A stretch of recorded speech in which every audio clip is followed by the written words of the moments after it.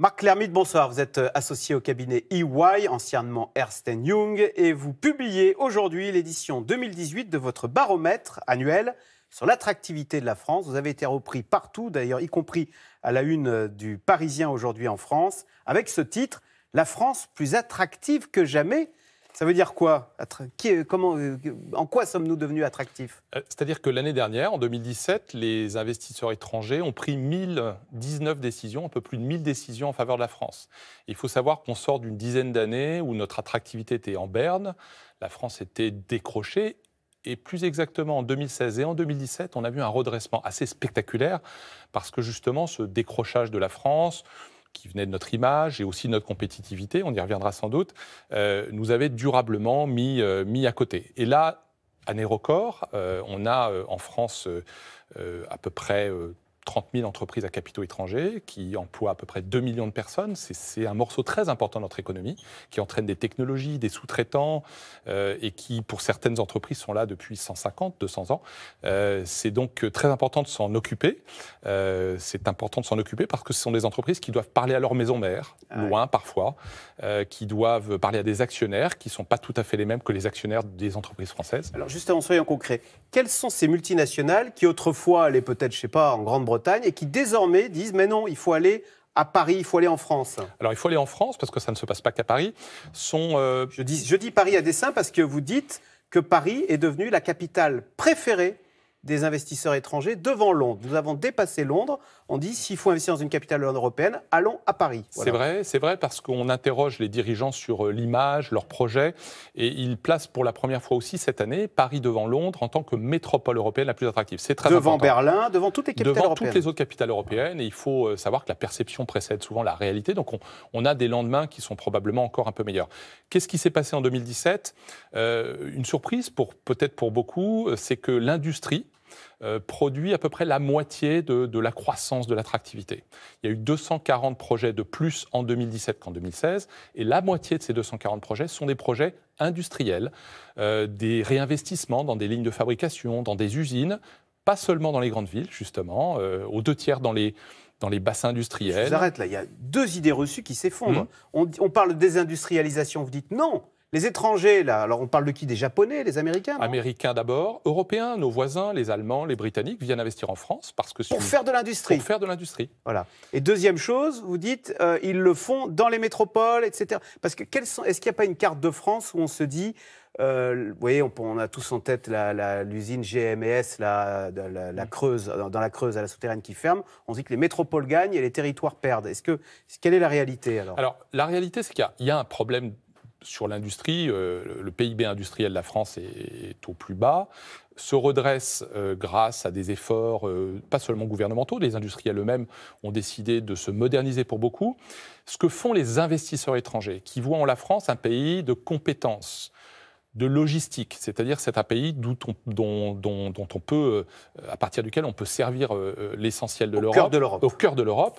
C'est un pays qui a beaucoup plus de charme pour eux, peut-être que pour les industriels historiquement basés en France, français, qui eux sont plutôt dans une logique d'exportation, d'implantation internationale. Donc il y a un peu un contre-effet produit par les investisseurs internationaux qui voient dans la France des charmes peut-être que les Français ne voient plus. C'est donc la moitié de la croissance. Alors, il faut le dire, ce sont plutôt de petits projets et plutôt des réinvestissements. Il ne faut pas exagérer, la France sourit un peu plus, mais on est encore prudent quand on vient investir en France parce que le coût du travail reste assez élevé, parce qu'on a une fiscalité qui s'allège mois après mois, ou en tout cas année après année, parce qu'on a des réformes sur le droit du travail qui disent aux industriels, aux entreprises internationales en général, la France s'adapte au monde, s'adapte aux nouvelles compétences, à une manière plus rapide, plus agile peut-être de faire de l'économie, de l'industrie. Ça, c'est la première chose. Le message pro-entreprise est passé à l'étranger. Oui. On n'est plus le pays de la taxe à 75% là, de 2012. Là, il commence à passer. Il commence à passer parce que depuis la crise financière, on s'est rendu compte qu'on avait un problème de compétitivité et puis qu'on avait un problème d'image, tout simplement.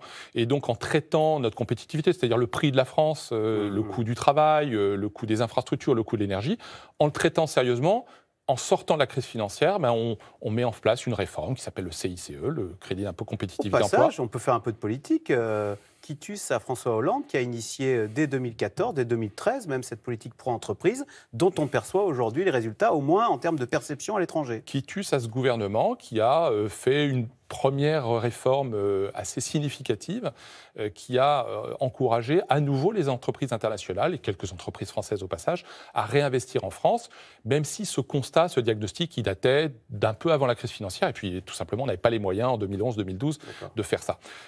Premier élément de croissance. Ensuite, il faut savoir qu'on a une France qui est toujours très recherchée pour les activités d'innovation, de science, et ça dans l'intelligence artificielle, mais aussi dans la pharmacie, dans les biotechnologies, mais aussi dans l'énergie. Et ça fonctionne très bien en France, même si la France n'est pas seule à faire de la science, et c'est un peu la mère de toutes les batailles d'ailleurs, hein. L'Allemagne, le Royaume-Uni, les États-Unis cherchent ces projets très technologiques pour construire le futur.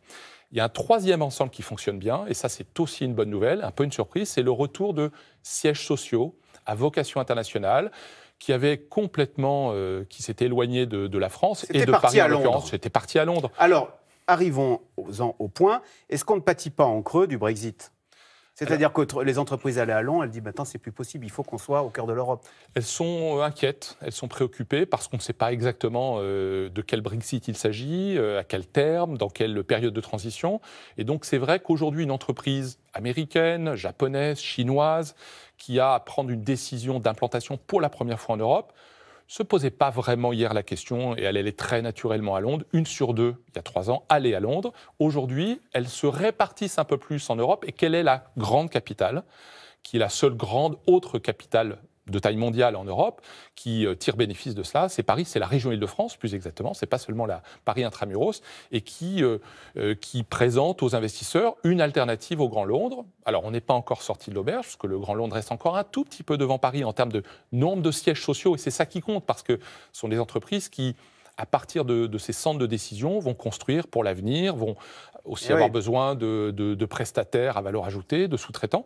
Et c'est important qu'on les capture aujourd'hui pour demain. Parce que derrière les sièges sociaux, il y a ensuite des cabinets d'avocats, il y a des juristes, des banquiers, etc. Il y a toute une cascade de métiers. Une cascade de métiers. Puis les dirigeants à l'intérieur de ces sièges ont aussi un peu de tendance à construire autour d'eux. C'est normal. Des usines, etc. Et des centres de recherche. Et c'est ça qu'il faut qu'on recherche. Et c'est très important que sur les années qui viennent, on a passé une première étape, qu'on arrive à renforcer ces mesures d'attractivité. Donc l'image de la France s'est considérablement améliorée. Oui. Paris est même devenu la capitale préférée des investisseurs non européens, même non étrangers, en Europe.